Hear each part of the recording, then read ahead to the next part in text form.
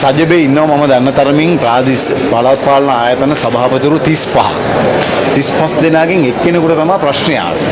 ඉතින් ඔහු කවුද කියලා මේ රටම හඳුනනවා. ඔහුට අත්හිට වූ සිරදඬුවම් තිබෙනවා. ඒ වගේම ලියාපදිංචි අපරාධ ලැයිස්තුවේ IRC ලැයිස්තුවේ නම සඳහන් කෙනෙක්. එහෙම කෙනෙකුත් මේ විදිහට ඝාතනය කිරීම අපි අනුමත කරන්නේ නැහැ. ඒක අපි පැහැදිලිව කියන්න ඕනේ. මොකද එහෙම ඝාතනය කරන්න අයිතියක් නැහැ කාටවත්. උන්ට නීතියෙන් දඬුවම් කරන්න ඕන. දැන් ඝාතකයින් අත්තරංගුවට අරගෙන තිබෙන ඔවුන් හරහා ඒ ඝාතනයේ සුල මුල ඒවා ඉදිරියට විසඳේවි.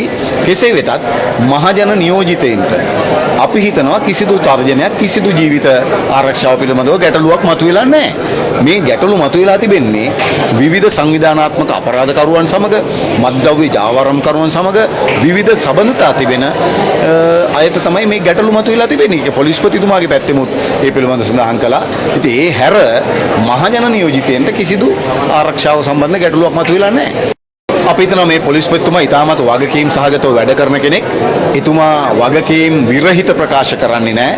ඉතින් එතුමා කරපු ප්‍රකාශයේ වැරදි නම් ඒකට රේව ඒගොල්ලන්ට කියන විදිහටම නීතිය හමුවට යන්න පුළුවන්. ඉතින් නීති ඉදිරියේදී මේ ප්‍රශ්න විසඳ ගන්න ඕන්ට හැකියාව තිබෙනවා. එතකොට අමතුමා දැන් මේ පාතාල වලට සම්බන්ධ වෙලා මත්ද්‍රව්‍ය වලට සම්බන්ධ වෙලා පාර්ලිමේන්තුවට ආපු මිනිස්සුන්ට ආරක්ෂාව දීම සම්බන්ධයෙන් ඒ ජනතා මුදල යන්නේ.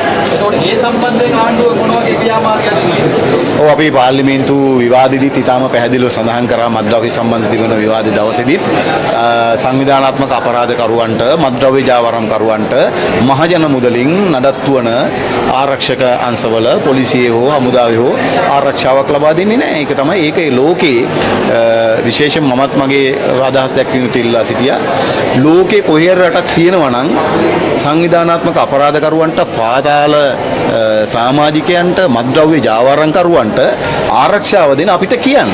ඒකට අපිට ඒ ආරක්ෂාව දීලා තියෙන විදිය ගැනත් හොයලා බලලා අපේ රටේ සංවිධානාත්මක අපරාධකරුවන්ට මත්ද්‍රව්‍ය ජාවාරම්කරුවන්ට මේ පාතාල අයට ආරක්ෂාව දීම ගැන හිතා බලන්න සොයා බලන්න පුළුවන්.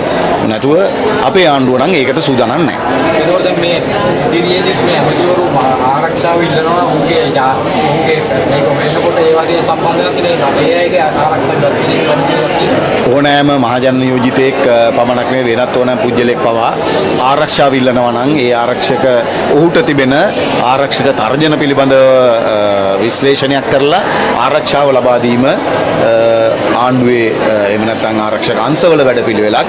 ඒ අනුව ඉදිරියේදී කටයුතු සිදු වේවි. නාමල් රාජපක්ෂ කියනවා මේ කල්තිය කරනකොට පොලිස් මේ එන්ජින් ප්‍රාතිකයක් කියන්නේ පොලිස් රිපෝට් එක. එතකොට මම යෝජනා කරන්න කැමති පැහැදිලි ප්‍රශ්නේ. මම යෝජනා කරන්න කැමති මුලින්ම නාමල් රාජපක්ෂ ගිහිල්ලා පොලිස් සහතිකය අරගෙන එන්න.